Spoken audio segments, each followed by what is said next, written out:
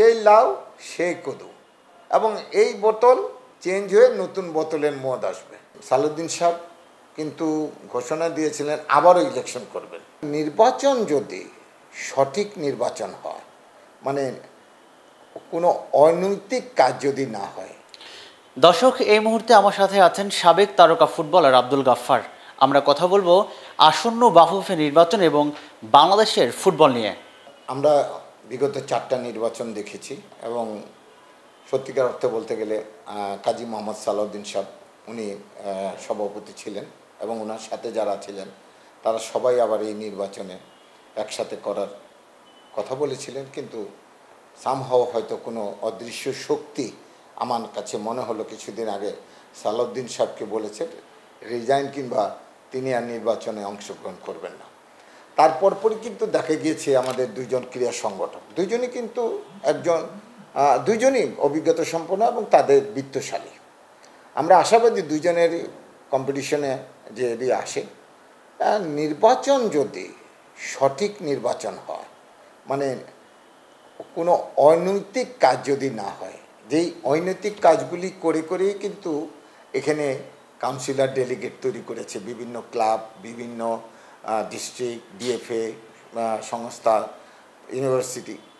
তো এটা নিজস্ব লোক দেওয়া তৈরি করা।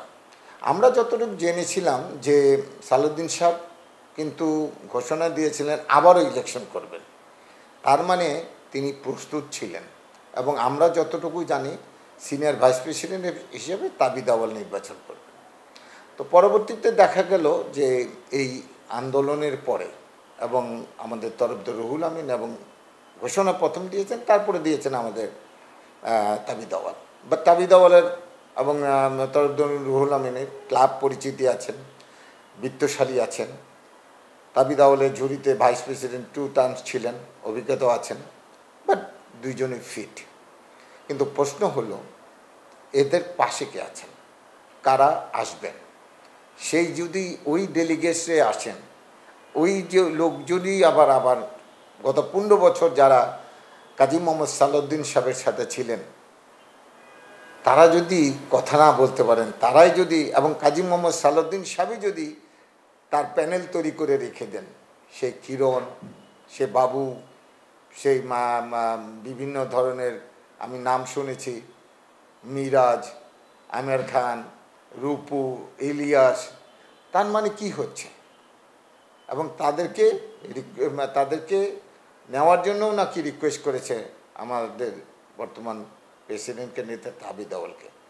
বাট হঠাৎ করে আমি কেন জানি একটু মর্মাহত হলাম যে তরফদার রুহুল আমিন যেভাবে উনি ঢাক ঢোল পিটিয়ে নির্বাচন করবেন বলেছিলেন, আমার মনে হয় না যে ওনার এখন যে পরিবেশ পরিচিতি এবং যে অবস্থান দিয়ে দাঁড়িয়েছে উনি আদৌ নির্বাচন করবেন কিনা।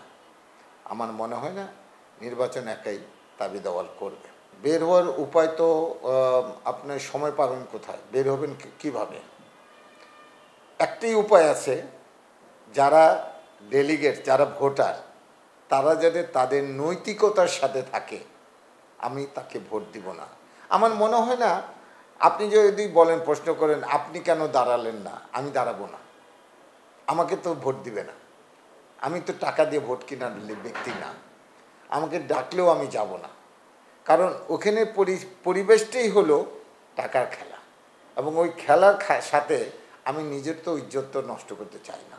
আমি গাফফার, এই যে আজকে আপনাদের সাথে কথা বলছি, বুক ফুলে কথা বলছি, স্বচ্ছতার সাথে কথা বলছি, এবং এই নির্বাচনের যে প্রহসনটা, এবং আপনি দেখেন নির্বাচনে বিগত দিনেও দেখা গেছে যে মেজবা সাহেবের কথা বলছেন, উনি কিন্তু এই সালাউদ্দিন সাহেবের এখন ভোল্ট পাল্টাচ্ছেন। তিনি কি করেছিলেন তখন?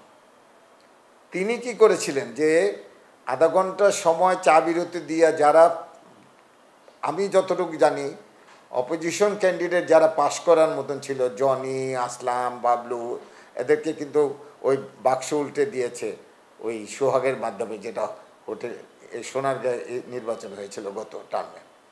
তো এই জিনিসের কিন্তু আবার সেই ব্যক্তিকে কিন্তু এখানে বসছে, তার মানে আপনি পুরো ছকটাই কিন্তু করা, এই ছকের বাইরে তো আপনি যেতে পারবেন না। এবং এই যে ডেলিগেট যুগে আপনি মনে করেন ফুটবলের তলানিতে চলে গিয়েছি, এবং সেখানে আপনি যদি দেখেন যারা এখন যা মানে দৌড়াদৌড়ি করছে ফেডারেশনের মধ্যে মারামারি করছে ডেলিগেটস হওয়ার জন্য, আমাদের 184-তে আমরা পৌঁছে গেছি। আমাদের আর কি করণীয় আছে? এইটা আমাদের তো এখানে গিয়ে কোনো কাজ করতে পারবো না, তো পরিকল্পনা নিতে পারবো না। আর বর্তমান যে সরকার আছেন, ইন্টেরিয়র যে তত্ত্বাবধায়ক সরকার আছেন, এখন আপনি শিল্পপতি থেকে শুরু করেন যারা আগে টাকা পয়সা দিয়েছেন, যেভাবে হোক যেই সরকারি ছিলেন তাদের বদলতে, কিন্তু এখন তো কোনো লোক এখানে এগিয়ে আসবে না। যদি এগিয়ে না আসে, আপনি একটা স্পোর্টস একটা ফেডারেশন চালাতে কিন্তু অনেক টাকার প্রয়োজন, এবং এটা শুধু টাকা হলে হবে না, পরিকল্পনার প্রয়োজন।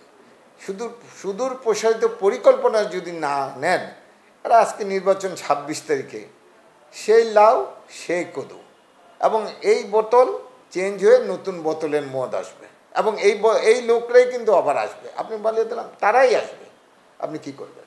তাদের দ্বারা কি আশা করেন? এবং আমার প্রশ্ন হলো তাদের কাছে, তোমরা 15 বছর এখানে থেকে কিছু করতে পারো নাই, তোমরা কেন যাচ্ছ আবার?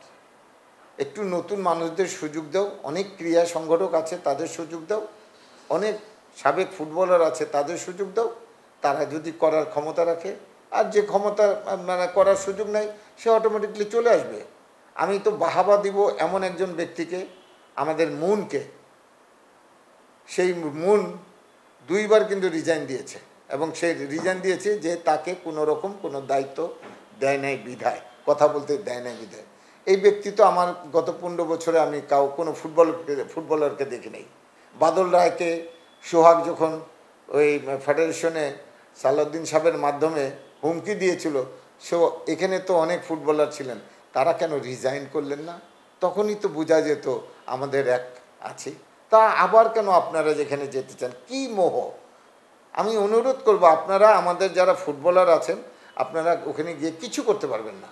এটা করতে হলে আমার মনে হয় সেই ধরনের ক্রীড়া সংগঠক, সেই ধরনের বিত্তশালী ব্যক্তিদের আপনারা উপদেষ্টা হন, এবং স্বাভাবিকভাবে ওনাদেরকে পরিচালনা করার জন্য সার্বিক সহযোগিতা করুন। আসলে এই গিয়ে বসে থেকে আর কি, বিদেশে ট্যুরে যাবেন, ম্যানেজার হবেন, এই বিদেশ ট্যুরের ছাড়া আর কোনো কিছু নেই।